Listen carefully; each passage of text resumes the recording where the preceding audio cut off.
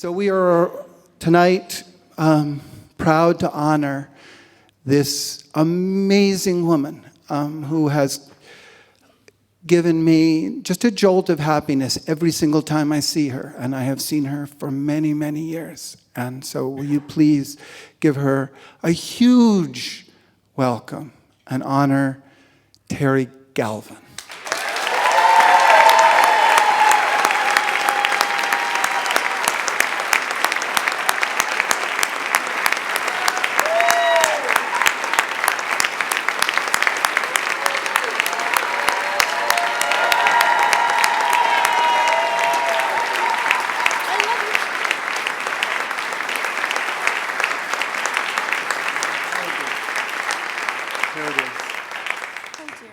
The 2012 Wanda Bullard Award. And Oh my God, well, if I weren't nuts before, oh my God. say something. Okay, all right, so, Get close to the mic, oh honey. dear, You I'm know not used to this. now. I'm used to listening. Get right up on the mic. Okay, so, There you go. thanks, darling. Love you.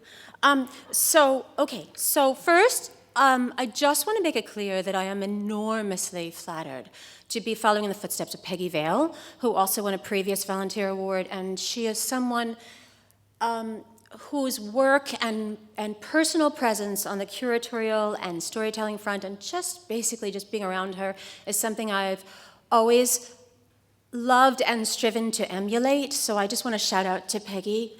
Yay. And I'm like very, very flattered to follow in your footsteps, and I don't think I deserve them, and I don't know, you guys looking around this room tonight, I can't think that, are you sure? Because I see dozens of people who probably deserve this more than I. And I can only say that the enormity of accepting something in Wanda's name is so humbling. I'm not sure I can articulate it, and as most people in the Moth know, I'm never at a loss for words, so that says something.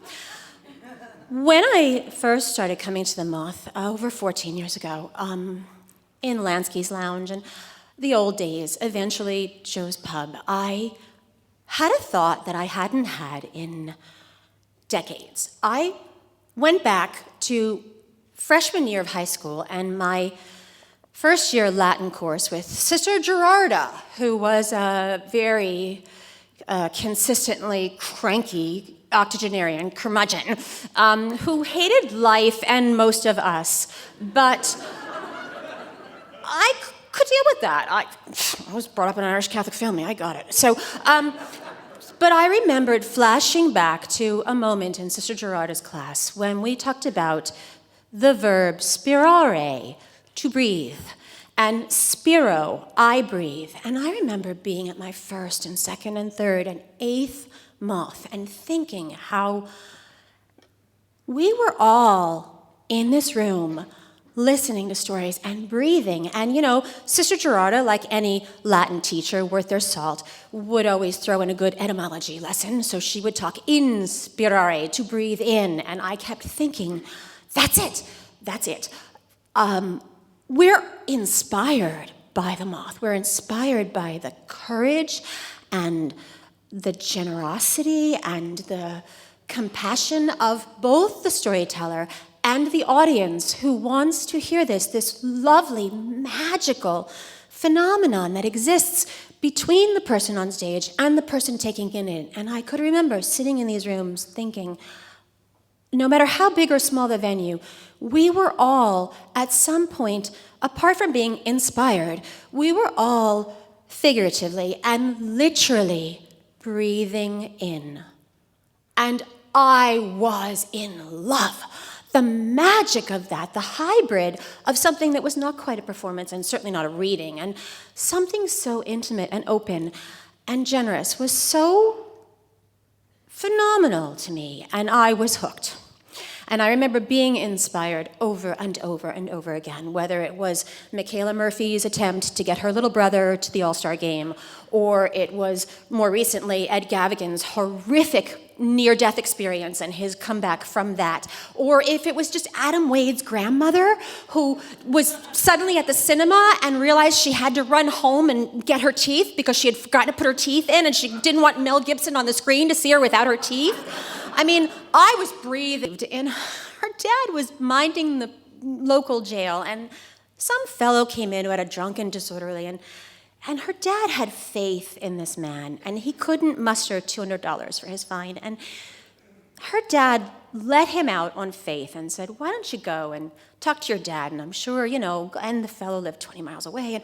And when the other police officers came back and found out that the prisoner had been released on his own credibility, on his own recognizance. And nobody kind of believed he was coming back. And Wanda's dad never doubted for a minute. And eventually, of course, after hours, this young man came back with the haircut. Does anyone else remember this? He got his haircut because Wanda's dad told him. Oh my God. So I was so entranced.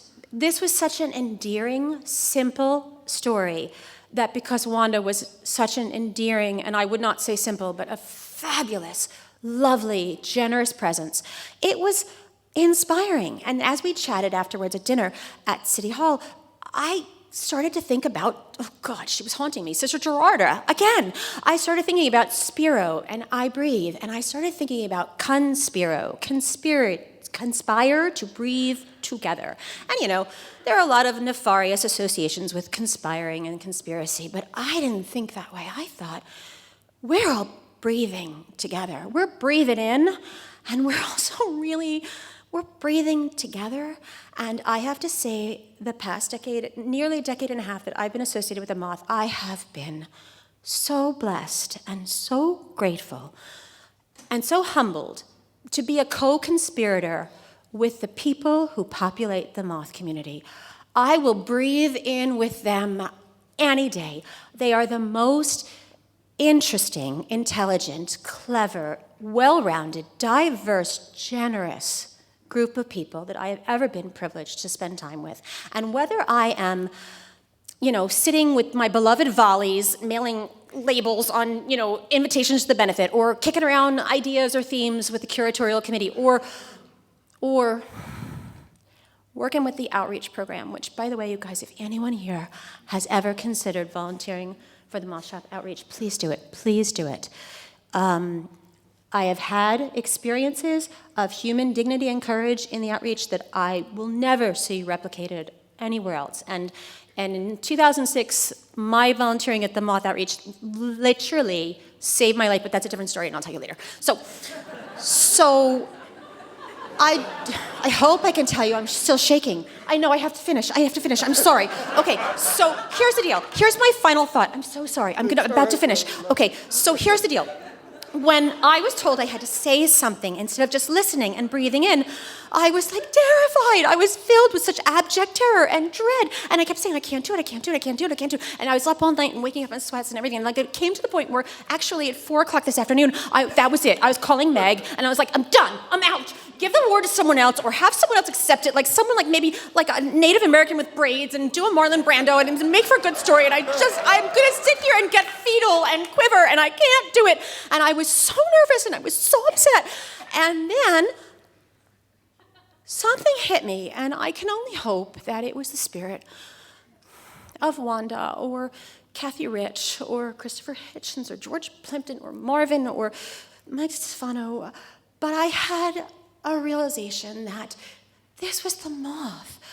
I was going to talk to the Moth, and all I really had to do was just breathe. Thank you so much.